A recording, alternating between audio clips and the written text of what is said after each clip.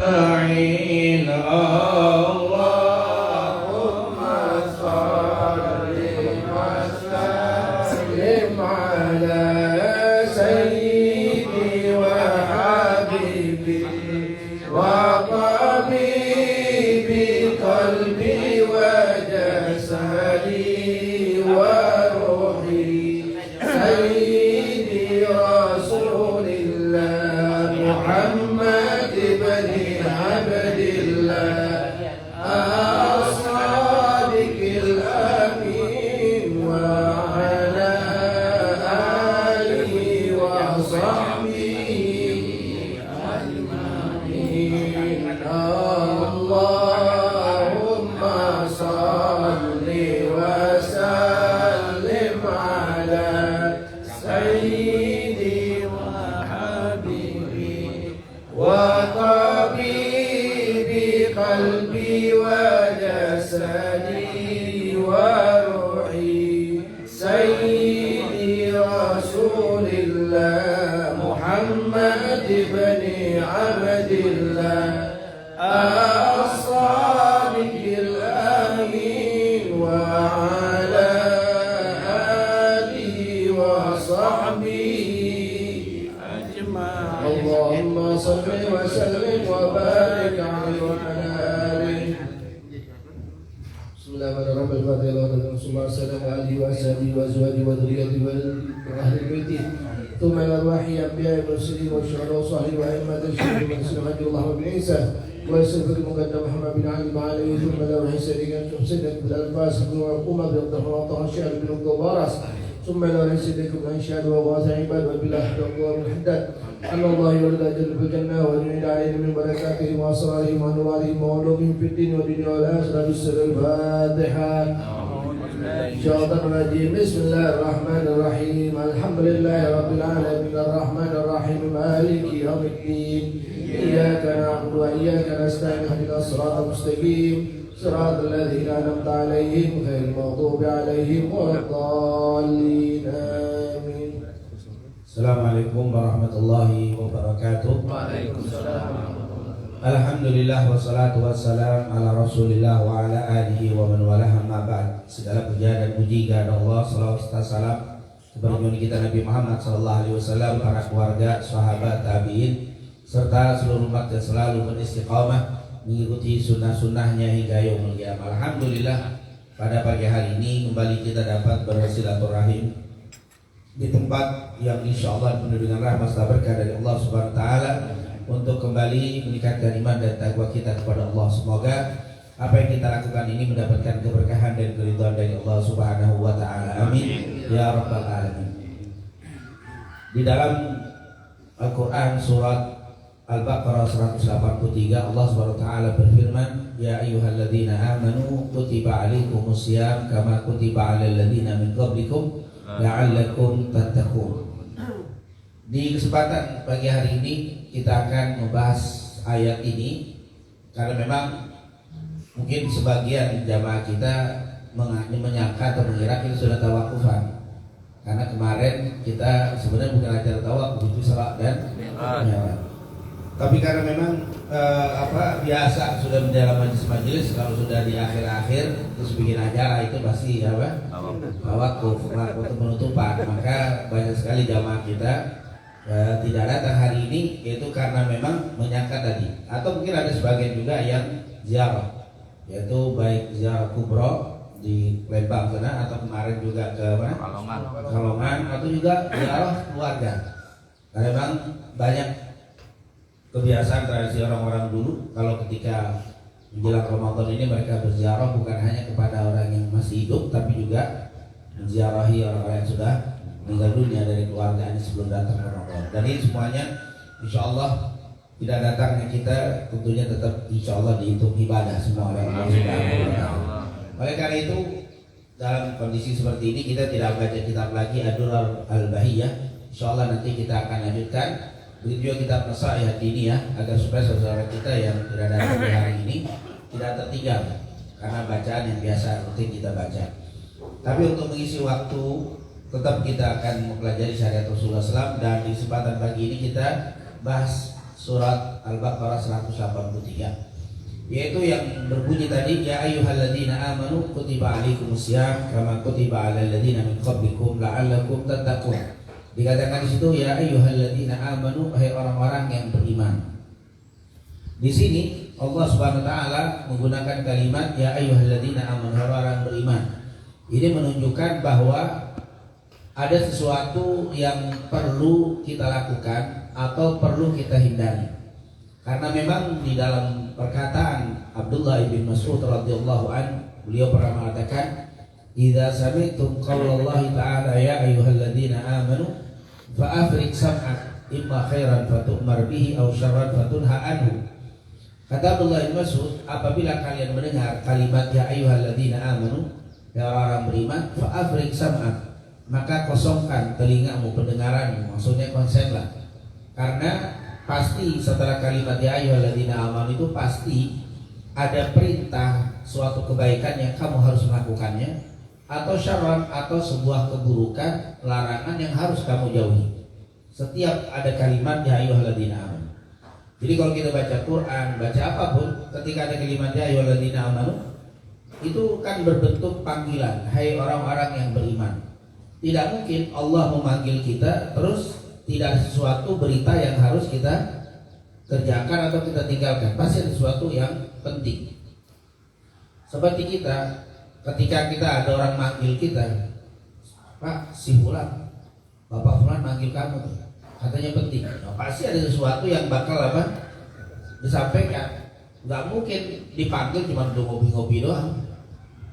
Itu orang yang orang yang berhasil, apalagi dalam Al-Quran, perkataan Allah, perkataan Nabi, nggak mungkin dipanggil cuma untuk kumpul-kumpul aja. Pasti ada sesuatu yang harus sesuatu yang dilakukan. Makanya ketika kita baca ya ayyuhalladzina amanu, perhatiin itu setelah kalimat itu, pasti ada kebaikan yang kamu diperintahkan untuk mengerjakannya, atau pasti ada keburukan yang harus engkau tinggalkan. Tapi kadang-kadang kita ini kalau baca Quran ya ayyuhalladzina amanu lurus saja, sehingga setiap kalimat ya ayyuhalladzina amanu setelahnya mesti ada hukum. Mesti ada hukum. Tapi berapa banyak kita baca Quran tapi nggak dapat hukum. Nggak dapat hukum baik perintah atau larangan. Karena sebenarnya kita lolos karena kita tidak perhatikan di kalimat-kalimat itu. Maka ini menjadi kaidah secara umum. Dimanapun kita dengar kalimat ya ayyuhalladzina amanu, berarti ini sesuatu ada yang penting nih. Baik dia suatu kebaikan yang harus kita kerjakan atau keburukan yang harus ditinggalkan. Ya ayyuhalladzina amanu. Yang kedua, di situ dipanggilnya amanu, orang-orang yang beriman. Jadi kelasnya ini yang dipanggil kan orang kan ada mungkin kalau bahasa gampangnya ada 3. Ada yang beriman, ada yang Islam, ada yang tidak beriman atau kafir. Panggilannya di sini ya ayyuhalladzina amanu. Ini kelasnya berarti ini kelas yang termasuk tinggi. Maka di sini nanti ada yang bisa ngerjain, ada yang nggak bisa ngerjain. Ketika ada orang yang tidak bisa melaksanakan atau belum melaksanakan ini, baru tingkatannya Islam. Misalkan nanti ternyata setelah kalimat ini ada perintah puasa, nanti di Ramadan ada orang yang tidak puasa, ada yang tidak puasa, padahal dia sudah Muslim, maka dia bisa dikatakan dia baru seorang Muslim, belum mukmin. Karena yang dipanggil di sini adalah orang mukmin, yang dipanggil orang beriman. Jadi kalau belum puasa baru Islam. Makanya ada istilah orang Islam gak puasa. Oh iya, pantas orang Islam, orang Islam. Karena di sini yang dipanggil siapa? Beriman. Kalau orang beriman pasti puasa. Tapi kalau Islam belum tentu. Karena baru Islam. Makanya disebut di sini dipanggilnya ayyuhalladzina amanu. Hei orang-orang yang beriman. Nah, ini luar biasa. Jadi nggak setiap orang Muslim itu bisa berpuasa, kecuali orang-orang Muslimnya udah tinggi. Karena kan setiap mukmin sudah pasti Muslim, belum tentu Muslim itu mukmin. Nah, ini tingkatannya lebih tinggi. Makanya di dalam surat Al-Hujurat, orang-orang Badui yang baru masuk Islam pernah datang ke Nabi Muhammad. Terus dia bilang, ya Rasulullah, saya ini sudah beriman. Akhirnya turun ayat kepada Nabi Muhammad, Wa qalatil a'rabu amanna. Ingatlah ketika orang-orang Arab itu, maksudnya orang Badui itu mengucapkan amanna, kami telah beriman. Apa kata Allah bilang Nabi Muhammad, qul lam tu'minu walakin qulu aslamna walamma yadkhulul imanu fi qulubikum. Qalatil a'rabu amanna, ketika orang-orang Arab kata ya Rasulullah kami telah beriman. Qul lam tu'minu, katakan kau belum beriman, kalian belum beriman. Walakin qulu aslamna, tapi ucapkanlah kami telah Islam. Walamma yadkhulul imanu fi qulubikum, karena iman itu belum masuk di dalam hati-hatimu. Jadi ketika orang Arab itu mengaku bahwa dia sudah beriman, ternyata kata Allah belum, kau belum beriman, kau baru Islam.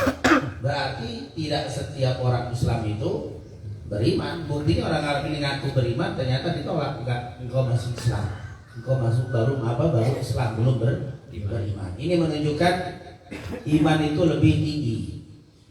Makanya ketika kita baca hadis riwayat Umar bin Khattab dalam Bukhari Muslim, ketika Nabi Muhammad SAW sedang duduk dengan para sahabatnya, bainama nahnu julusun inda Rasulillah ittala alaina rajulun syadidu thiyab syadidu bayad thiyabi syadidu sawadi sya'ri la yura alaihi atharu sabar wa la ya'rifuhu minna ahad. Faqal fajalasa ila Nabi sallallahu alaihi wasallam fa asnada rukbatayhi ila rukbatihi wa wada'a kafai ala fakhidayhi wa qala ya Muhammad akhbirni anil Islam.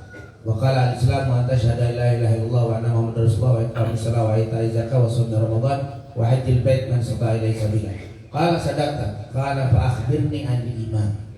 Wa qala al-iman an tu'mina billahi wa malaikatihi wa kutubihi wa rusulihi wal yawmil akhir wa bil qadari khairihi wa syarrihi. Fa qala akhbirni anil ihsan. Qala al-ihsan an ta'budallaha ka'annaka tarahu fa illam yakun tarahu fa innahu yaraka. Intinya itu orang malaikat Jibril pas menanya sama Nabi, ya Rasulullah beritahukan kepadaku apa itu Islam.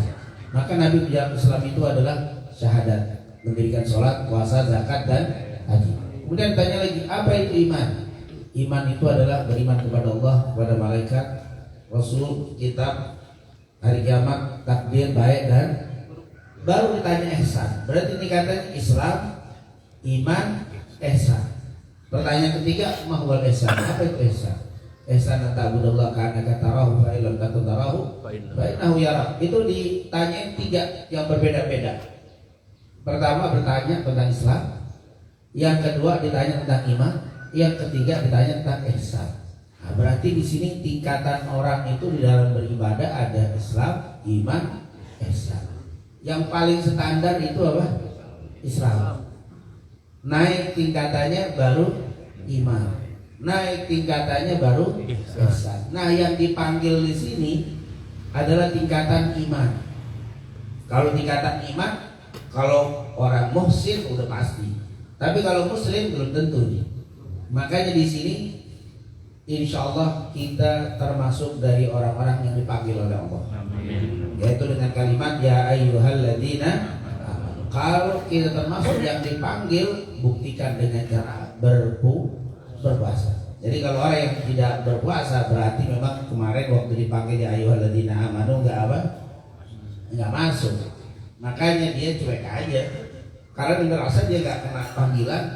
Insya Allah kita termasuk yang dipanggil ini hari dengan kalimat ya ayyuhalladzina amanu, hai orang-orang yang beriman. Kutiba alaikum, dituliskan atas kalian. Kutiba artinya dituliskan. Para ulama mengatakan kutiba alaikum aujaba alaikum. Maksudnya kutiba, kalau terjemahan bahasanya dituliskan atas kalian, maksudnya adalah diwajibkan kepada kalian. Karena kalau sudah ditulis itu merupakan ketentuan dari Allah. Kalau sudah dituliskan atas kalian berarti ketentuan yang wajib untuk kalian lakukan.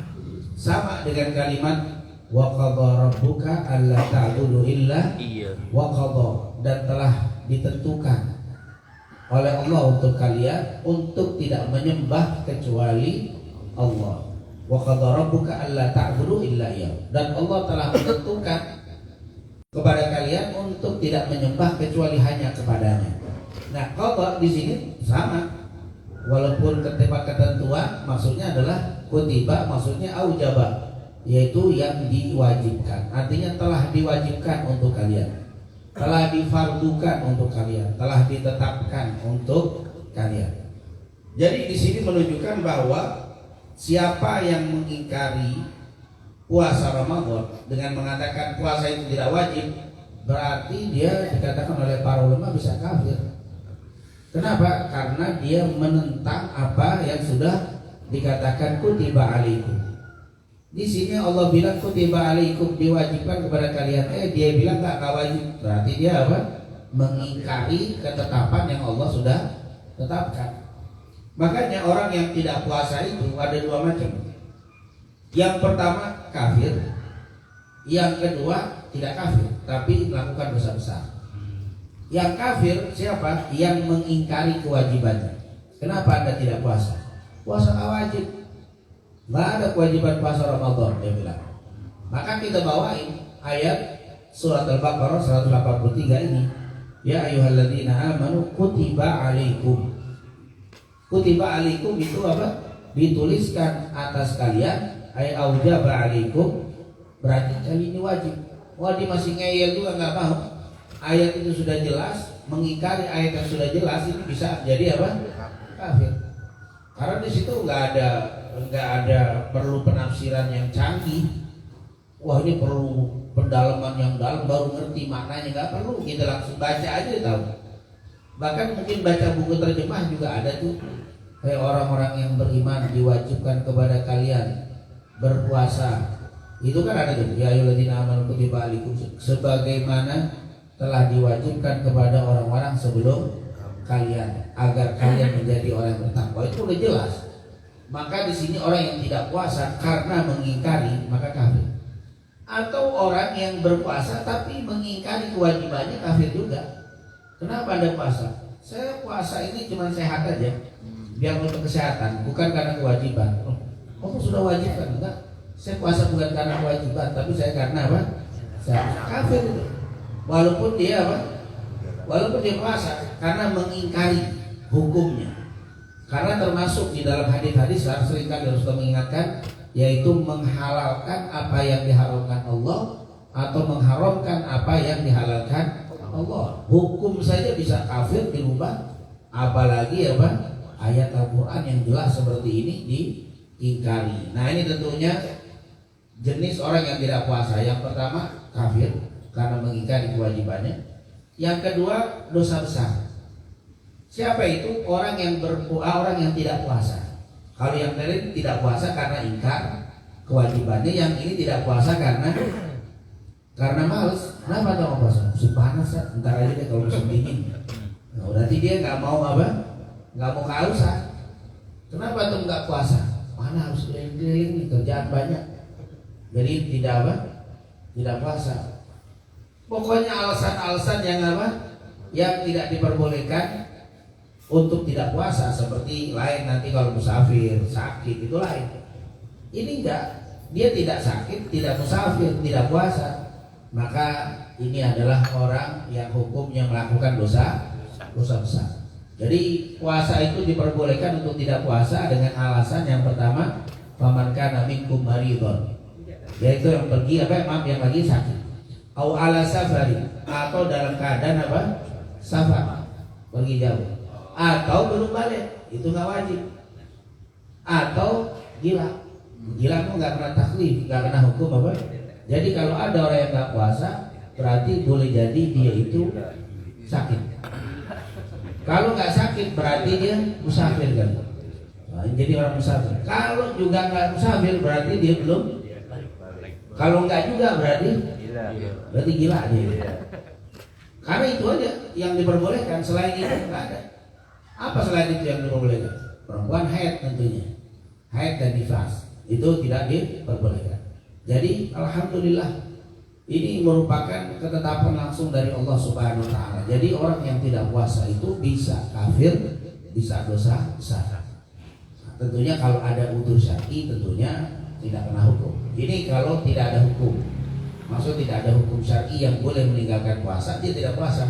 Maka ada.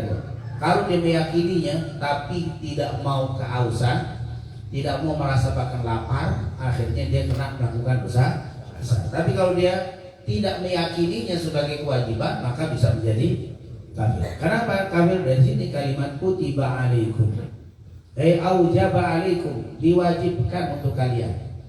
Maka di sini ya ayyuhalladzina amanu kutiba alaikum, orang-orang beriman telah diwajibkan kepada kalian apa itu? Asyam. Ya ayyuhalladzina amanu kutiba alaikum asyam. Asyam ini bahasanya adalah secara bahasa al-imsak. Asyam itu al-imsak. Al-imsak itu artinya menahan. Al-imsak itu menahan. Makanya sering kita dengar kalimat imsak. Nah, ketika sebelum apa? Sebelum azan itu ada imsak. Imsak itu bukan berarti batas akhir kita berbuka, tapi imsak itu hanya sekedar apa? Menahan, awas. Nah, kopi yang belum habis habisin deh. Tahan, jangan makan lagi, dingin lagi nih adzan tuh, imsak. Lampu kuning lah ya. Iya, lampu kuning. Itu imsak namanya. Ya, yang apalagi Tuhan selesai sedot habis. Jangan sampai apa pas adzan masih nyedot. Si goreng semua habisin udah. Imsak nih, siap-siap, tahan gitu. Nah, lampu kuning kalau bahasa kita ini itu.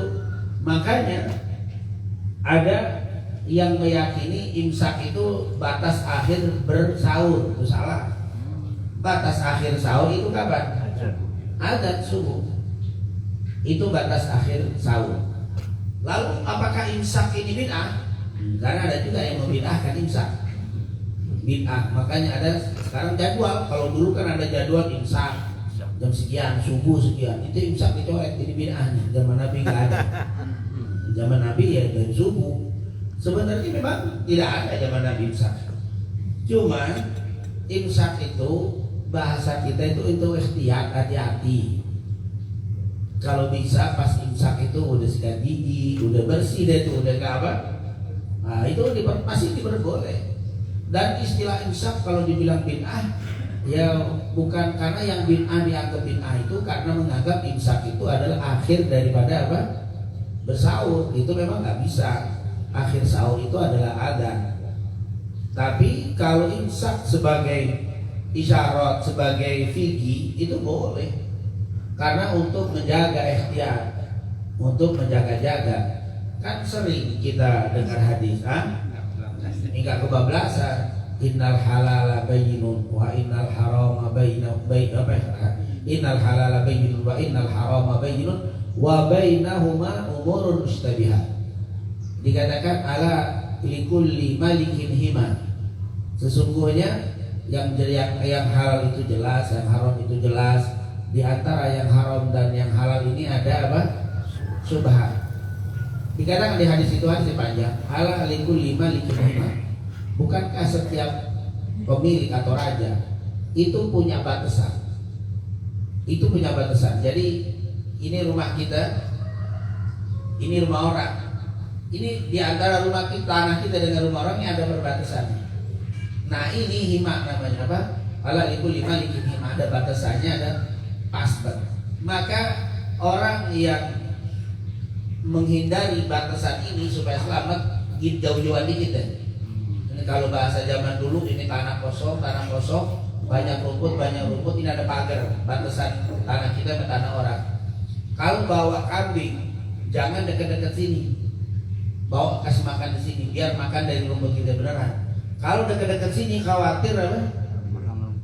Ngena itu, makanya dibatasin dia. Walaupun ini sebenarnya halal, ini halal, tapi khawatir aja, makanya dijauhin dikit dah. Bahasa kita emang maghrib itu ini belum apa ini subuh nih, batas adzan itu subuh, ada mulai puasa itu adzan subuh. Tapi kita kalau dekat-dekat sini kita masih apa? Khawatir masuk waktu subuh kita masih apa? Masih kena, makanya dikasih lah ilmu fikih sebelum masuk waktu subuh jaga nih. Kalau istilah fikihnya disebut syaddud dzara'i, yaitu mencegah, menjaga-jaga jangan sampai apa? Kejadian dikasihlah imsak.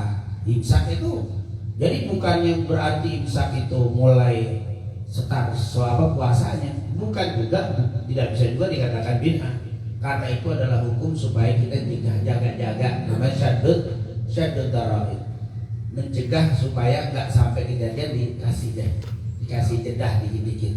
Nah ini namanya apa? Nah, di dalam hukum menjaga-jaga jangan sampai, jadi nggak masalah. Jadi kadang-kadang kita kan begitu antik, pokoknya nggak ada zaman Nabi apa? Bid'ah, imsak nggak bisa bid'ah, rame urusan imsak. Ini imsak dari zaman ke zaman orang tahu imsak itu bukan apa? Bukan mulai batas puasa, batas akhir makan minum, bukan. Tapi itu hanya persiapan, siap-siap dikit lagi apa? Dilarang makan, siap-siap. Kalau istilah lampu merah, lampu kuning, lampu merah, kuning, nah siap-siap ya. Mobil apa? Masuk gigi dah pelan-pelan. Tetap hijau baru bergerak. Nah ini merupakan hal yang apa? Boleh aja bikin lampu merah itu lampu merah hijau, langsung berhenti begitu. Jalan lagi, tiba-tiba apa? Merah, langsung.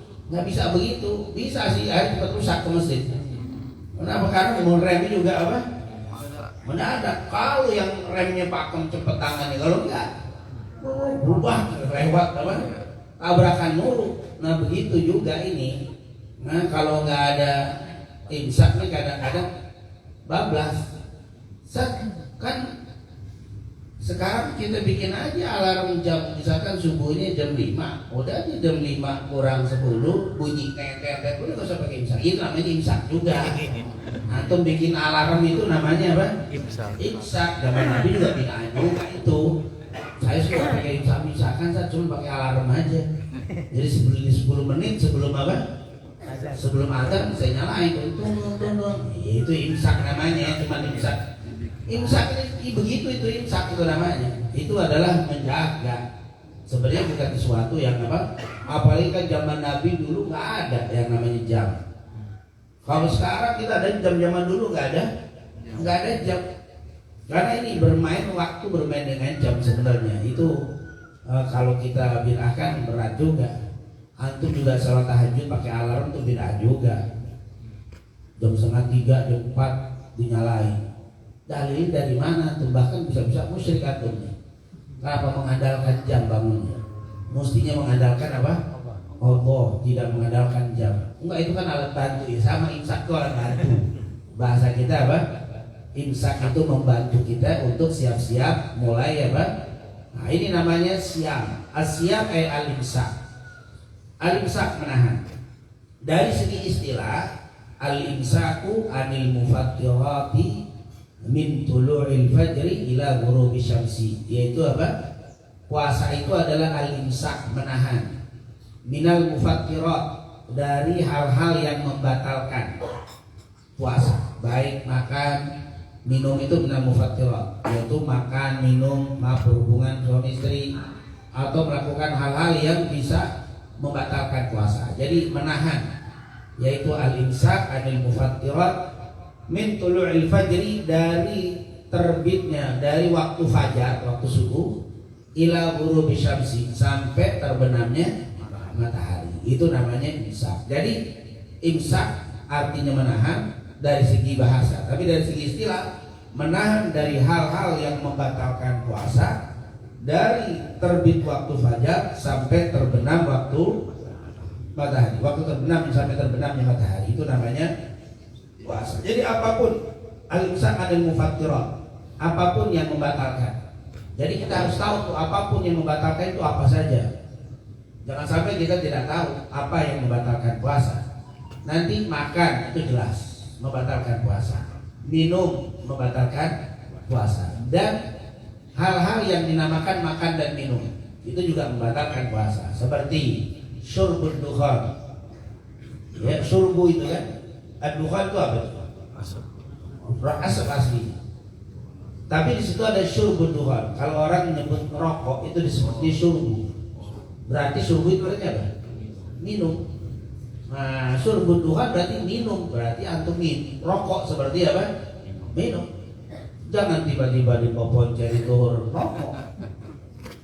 Antum nggak puasa? Puasa. Oh rokok, emang batal ini kan asap doang kan? Masuk, ada sedot, ada keluarin lagi. Kagak ada yang sisa di dalam.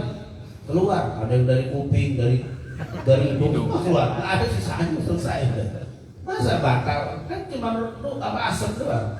Orang nyebutnya duhan itu bukannya apa? Yudakhin itu disebut apa? Syurbul duhan.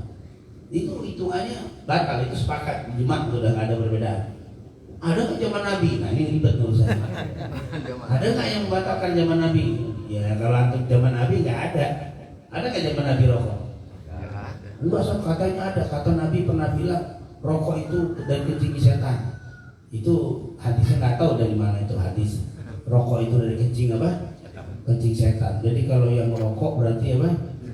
Kencing. Oh, katanya itu hadis. Wallahu alam, saya nggak pernah dengar itu hadis tentang duhan. Jadi hadis-hadis yang mengancam menjelek-jelekan tentang rokok dari hadis itu nggak tahu tuh hadis dari mana itu. Riwayat siapa? Dia tidak ada apa bab-bab seperti itu, tidak ada. Jadi Nabi nggak pernah membahas tentang apa rokok.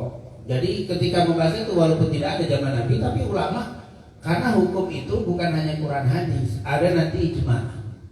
Nah, ijma ulama itu banyak, terutama di zaman-zaman perkara-perkara yang di zaman Rasul tidak ada. Itu ada hukum namanya ijma. Rokok itu sudah sepakat, sudah tidak ada lagi khilaf dari zaman apa sejak namanya rokok sampai zaman sekarang. Nggak tahu nanti mungkin kalau ada lagi apa dibahas lagi bahasa masail atau dicari lagi ini rokok boleh apa enggak. Yang kita tahu itu adalah hukumnya tetap apa batal. Jangan disiamain sama antum di bulan Ramadan nabun. Pas nabun nggak boleh disekutu semua masuk, takut masuk di apa masuk asap ntar batal lagi. Lain nabun sama ngerokok apa walaupun sama-sama dukhon tapi apa beda. Bahkan banyak jamaah yang maghrib itu udah nggak mikirin gorengan, nggak mikirin tamer, mikirin apa dukhon taruh kesini malu dinyala nyalain deh. Tunggu apa tekek dulu doang pak. Kelas udah ngerisep, udah nggak perlu mikirin apa makanan korma mah asal sunnah aja sunnah. Satu butir baru masa lebihnya apa? Disuruh kul suruh apa? Nggak mau, udah kelas ini dah. Kayaknya lebih kenyang daripada apa? Makanan itu. Nah ternyata itu benar-benar lebih daripada teh itu. Lebih daripada sirup. Itu apa?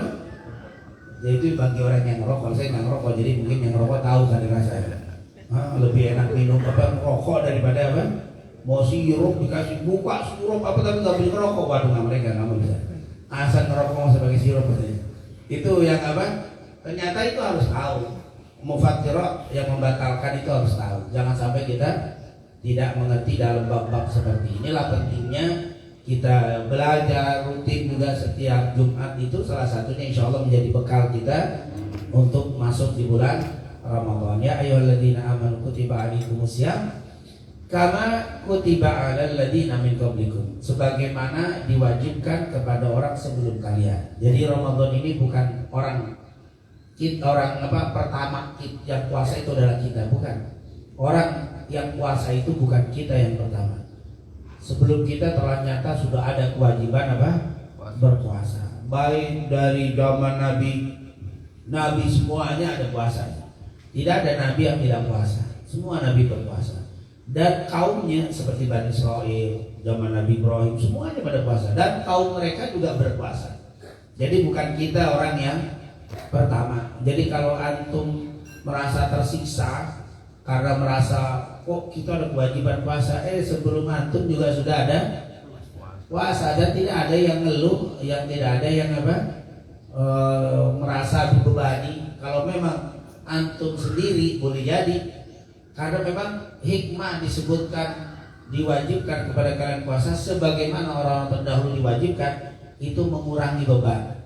Karena memang kalau ada seorang yang melakukan sesuatu tapi sebelum dilakukan orang lain, maka orang kedua itu akan merasa ringan. Ayo sekarang karena antum numpain kopi pelin serumah, wah dia merasa berat. Enggak, kemarin juga ada jamaah yang menumpain teh, kita suruh apa? Oh kemarin kena dia itu agak ringan karena sudah ada apa? sudah ada orang sebelumnya yang dihukum yang sama seperti tadi. Artinya segala sesuatu kalau sudah di sekian kali yang dilakukan itu nggak berat lagi. Awalnya pertama biasanya apa? Kalau belum pernah ada yang model begini itu berat. Tapi kalau sudah, kita ada umat terakhir. Sebelum kita ada ada umat-umat sebelum kita. Mereka semua sudah puasa dan kita paling terakhir, masa kita paling berat? Mestinya kita yang paling apa? Yang paling ringan, karena kita ini yang sudah terakhir melakukan dan sebelum kita udah sekian banyak umat berpuasa semua. Bahkan nanti selain itu, nanti kalau para ulama menjelaskan apakah puasa orang terdahulu sama dengan puasa kita? Karena di situ diwajibkan puasa sebagaimana di kama, sebagaimana.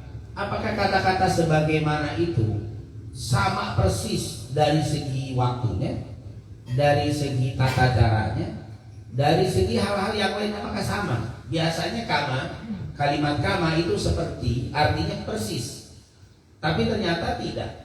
Di dalam beberapa penjelasan ulama, walaupun mereka puasa, kita puasa, tapi berbeda. Bedanya dalam segala hal banyak. Yang pertama dari segi waktu. Mereka itu rata-rata 40 hari. Nah kita berapa? 30, kadang-kadang nyari 29. Ada pengumuman besok mulai puasa, ada yang besok lagi, kita pilih yang besok. Lebaran aja mau yang cepat. Itu kan udah biasa itu apa? Jamaah kan begitu. Atau dia besok lebaran hanya sekarang. Sekarang aja dah. Yang penting kan kalau ngikutin ini kan aman kan, kamu jawab sono, ya begitu selalu. Tapi mulainya apa? Iya, ngikutin yang berbeda, nggak konsekuen. Mestinya kalau dia ngikutin yang A, maka akhirnya juga ngikutin A. Ini enggak. Awal yang ngikutin B, akhirnya ngikutin A. Nah, emang model begitu. Udah 29, bisa jadi 28 urusannya. Nah ini tentunya kita itu hari paling sedikit dibanding apa? Orang-orang dulu 40 hari. Itu dari segi waktu. Dari segi mulai puasanya beda. Kita kan mulai puasanya min tulu'il fajr ila ghurubi syams. Dari terbit atau dari datangnya waktu fajar subuh sampai terbenam matahari. Mereka enggak. Mereka dari tidur. Itu mereka dari tidur. Misalkan mereka makan minum nih, maghrib isya. Pas udah jam 10 tidur dia. Bangun puasa. Jadi mulai apa? Mulai dia bangun malam itu mulai puasa. Tiba-tiba makanya dia sebelum tidur makannya banyak. Makan udah kenyang, sahur istilahnya. Jam 10 dia tidur. Jam 12 bangun, udah. Dari jam 10 dia tidur itu mulai harus apa? Puasa. Sampai terbenam matahari lewat dikit. Jadi nggak maghrib, tapi maghrib tambah 15 menit. Nah itu sampai hilang betul tan sedikit apa? Cahaya sedikit, ufuk merah itu sampai habis. Berarti setelah maghrib ditambah 15 menitan. Berat. Kita alhamdulillah jam 10 makan, bangun jam 11 makan lagi, tidur jam 12 makan lagi, jam 1 bangun ngopi lagi, tidur lagi, jam 3 makan lagi, makan terus sampai subuh jam 5 aman. Kita dari subuh, kalau mereka dari bangun tidur. Antum bayangin kalau baru bangun tidur, apalagi habis tarawih, capek tidur mulai puasa tuh nggak apa? Kurus gitu lebaran. Ini kan enak banget kita. Bahkan dikasih ini lagi sama Nabi bahwa apa? Takhir sunnah hanya itu mengakhirkan apa? Sahur. Terus ini apa pas kalau bapak namanya buka pas waktu maghrib disunahkan takjil lagi. La yazalun nas bi khairin ma ajjalu al-fitr. Orang itu selalu dalam keadaan baik selama dia mensegerakan. Jam berapa? Maghrib. Udah bukanya duluan, sahurnya belakangan tuh waktunya tuh. Kan cuma sedikit. Nah kita ini nikmat. Orang dulu pas tidur itu waktunya berat. Makanya udah waktunya 40 hari, kita cuma 29 hari. Mulainya dari tengah malam boleh jadi. Tapi kalau dia tidur nggak tidur jam 12 tidur bangun siang enak juga dia itu. Tapi nggak sholat ya, karena mereka juga ada sholat. Sholatnya mereka malam dan siang. bangun jam 5 sore, nah alhamdulillah udah nggak mulai buka, mulai puasa tuh sampai maghrib lewat dikit. Tapi mereka nggak kerja kalau kayak begitu. Tapi memang diperintahkan di dalam bab sholat nanti sebelum Isra Mi'raj itu ada sholat. Sholatnya itu sholat malam sekali 2 rakaat, sholat siang 2 rakaat. Setelah Isra Mi'raj baru ada sholat 5 waktu. Nah intinya waktunya panjang, waktu mulai puasanya pun lama. Selain 40 hari ini juga lama. Tata caranya yang berat, beda dengan kita.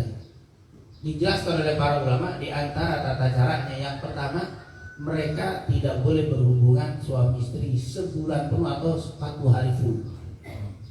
Kita alhamdulillah uhilla lakum lailatas siyami rafathu ila nisaikum hunna libasul lakum wa antum libasul lahum. Itu ayat-ayat di Al-Baqarah, yaitu masih berbicara tentang puasa. Itu dihalalkan bagi kalian di malam Ramadan, di malam puasa, uhilla lakum lailatas siyam rafathu ila nisaikum, mendekati istri-istri kalian, hunna libasul lakum wa antum libasul lahunna, mereka pakaianmu, kamu adalah pakaian mereka, boleh berhubungan. Itu yang berat kan antum, 40 hari rekor gitu. Alhamdulillah kita ini paling gampang, zaman dulu susah itu. Kita alhamdulillah kasih itu masih pokoknya habis dari maghrib sampai subuh boleh. Pusing Ustaz. Luar biasa, makanya ini paling mudah syariat. Kata-kata kama kutiba sebagaimana dituliskan nggak sama persis, cuman puasanya kita paling mudah. Yang kedua, lupa. Mereka tidak ada. Kalau lupa batal. Mereka lupa batal, kita tidak. Antum puasa, manasya, siapa yang lupa ketika puasa, innama hanya saja dia itu diberikan makan oleh Allah Subhanahu wa taala. Jadi Allah masih makan. Hitungannya apa? Seluruh ulama sepakat tidak batal kalau dia apa? Lupa. Siang jam 2 bangun tidur siang, bonceng teh manis pakai es jam 2 siang minum dia. Pas habis datang sohib, antum ngebahas puasa, tuh teh habis. Astagfirullah, lupa. Jangan terus. Alhamdulillah nggak batal ya. Ya Allah, nikmat apa? Apalagi ada yang pakai makanan nih. Dia ngerokok, udah apa? Ngopi, rokok, nggak batal. Kalau apa? Lupa. Kalau lupa, pura-pura lupa ya itu antara abain wa bain Allah udah. Antara dia sama Allah udah. Pokoknya kita ngomongin orang lupa itu kagak batal. Ini nikmat zaman dulu batal. Lupa batalnya. Sampai ulama bilang hatta berhubungan suami istri kalau lupa batal. Suami istri lupa dua-duanya. Berhubungan siapa nggak batal. Kalau terjadi kali ini lagi apa? Lupa diri itu. Lupa kok. Barang juga lupa.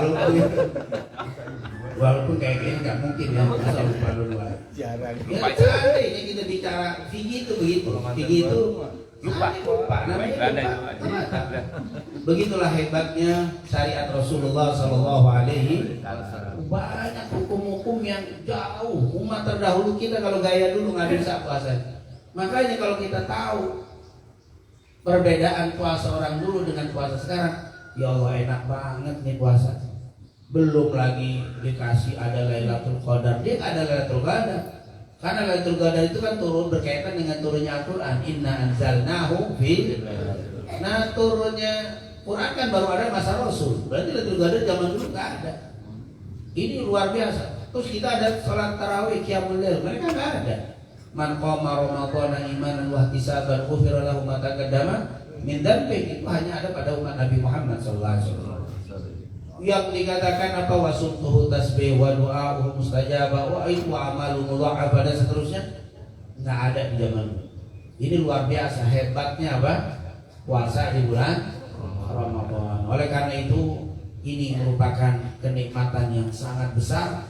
Jangan kita jadikan Ramadan ini sebagai beban, tapi ini adalah sebuah nikmat yang Allah berikan kepada kita. Untuk apa? La'allakum tattaqun. supaya bukan kalian merasain haus. Pengennya Allah bilang diwajibkan kalian puasa sebagaimana diwajibkan Allah terdahulu biar kalian susah, biar kalian kelaparan, enggak. Tapi tujuannya la'allakum tattaqun, agar kalian menjadi orang yang bertakwa. Jadi besoknya beberapa hari ke depan Allah pengen bentuk kita menjadi orang yang bertakwa. Dan caranya dengan suruh kita apa? Puasa. Karena memang orang di dalam puasa ini mengandung 3 unsur ibadah. Yaitu kan orang yang bersabar itu kan ada 3 macam. Sabar ibadah, sabar meninggalkan maksiat, sabar musibah. Itu ada sabar ada 3. Sabar meninggalkan, sabar ibadah, disabar terus ibadah. Ini luar biasa. Ini paling gede tingkatannya pahala. Yang kedua sabar meninggalkan maksiat. Ini juga ibadah besar. Yang ketiga sabar ketika kena musibah. 3-tiganya ada tuh di dalam bulan Ramadan. Makanya orang suka sebut Ramadan syahrus sabr. Ramadan syahrus sabri, bahwa Ramadan itu adalah bulan kesabaran. Kesabaran itu 3, sabar ibadah, sabar maksiat, sabar musibah. Sabar ibadah di bulan Ramadan dalam keadaan apa? Puasa kita terus ibadah. Sabar dalam keadaan apa? Sabar dalam keadaan puasa tetap kita bersabar dalam ibadah. Yang kedua, sabar maksiat, minum. Kita sabar. Seandainya kita masuk ke dalam kamar, kita minum, gak ada orang tahu. Kamar, gak ada yang tahu minum. Keluar kering lagi. Duduk agak lemes. Kayaknya kayak orang apa? Kayak puasa. Ada ngomong agak sedikit lambat jawabannya. Kayak bener kayak puasa nih orang. Padahal apa? Enggak ada di kamar, gak ada yang tahu. Tapi kita sabar, gak mau kita maksiat. Sabar musibah, lapar, terus kita tahan, haus kita tahan. Jadi di dalam puasa ini ada 3 kesabaran yang di dalam Islam. Sabar dalam ibadah, sabar dalam meninggalkan maksiat, sabar dalam apa? Dalam musibah. Kena semuanya. Makanya orang yang kalau puasa bener, la'allakum tattaqun. Jadi orang bertakwa, karena ciri-ciri orang bertakwa itu sabar dalam ibadah, sabar meninggalkan maksiat, sabar dalam musibah. Itu orang yang bertakwa. Kita ini tiap Jumat pagi taklim, ini sabar ibadah, ini sabar yang paling tinggi. Sabar yang paling tinggi pahalanya sabar ibadah. Enggak gampang. Jangan antum bilang gampang bangun subuh, habis subuh jalan taklim. Oh, ini tantangannya. Angguk-anggukan.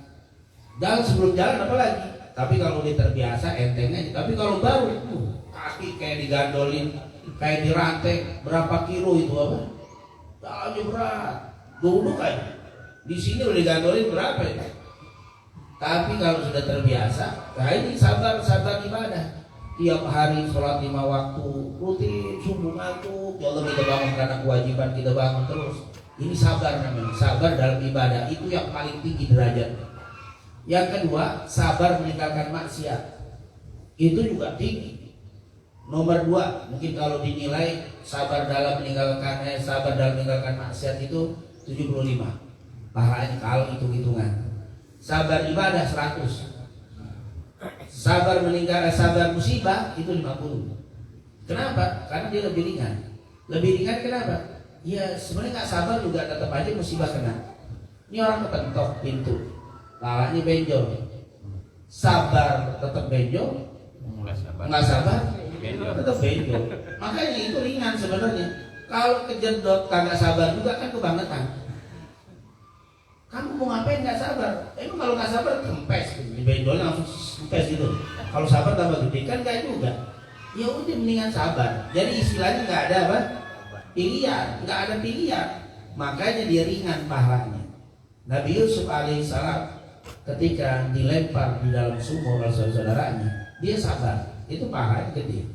Tapi lebih gede lagi ketika Nabi Yusuf digoda sama Zulaikha. Itu lebih gede pahalanya. Karena ini sabarnya. Kalau disabar waktu di sumur nggak ada pilihan. Tapi kalau digoda itu sabarnya lebih gede. Makanya Nabi Ayub sabar musibah. Nabi Ayub musibahnya nggak ada manusia yang lebih berat ujiannya daripada siapa? Nabi Ayub. Makanya sampai orang sebut sabar Ayub. Itu kalau isbir sabra Ayub itu kalau kita bilang begitu, itu orang musibahnya apa? Wah berat. Supaya orang itu bisa sabar, orang Arab sudah bilang isbir sabra Ayub. Sabarlah seperti Nabi Ayub. Itu tidak menjadi istilah saking sabarnya.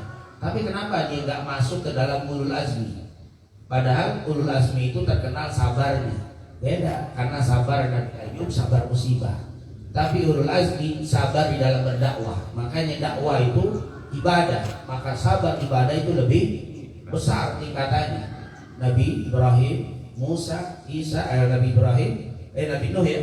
Siapa Nabi? Ingat Nabi siapa? Ulul azmi. Ibrahim, Nabi Nuh, Musa, Isa, Nabi Muhammad sallallahu alaihi wasallam. Ini Nabi yang ulul azmi. Kenapa? Dakwahnya Nabi Nuh 950 tahun. Nabi Ibrahim, Nabi Musa, Nabi Isa dan Nabi Muhammad itu orang-orang yang sabar super. Tapi bukan sabar musibah. Nabi Ayub kok nggak masuk? Padahal sabar luar biasa. Karena Nabi Ayub sabarnya sabar musibah. Kalau ini sabar dakwah, dakwah itu ibadah. Maka ternyata Ramadan ini bukan untuk menyusahkan kita, tapi justru menjadikan kita orang-orang yang bertakwa. Semoga Ramadan ini betul-betul menjadi Ramadan yang membentuk diri kita semua menjadi hamba-hamba yang bertakwa kepada Allah Subhanahu wa taala, dan semoga Allah jadikan Ramadan ini menjadi Ramadan terbaik dari Ramadan-Ramadan yang telah berlalu, dan insyaallah Ramadan ini bukan menjadi Ramadan terakhir untuk kita, tapi Allah pertemukan kembali kita dengan Ramadan di tahun-tahun yang akan datang. Amin ya rabbal alamin. ربنا اعترفنا بأننا اقترفنا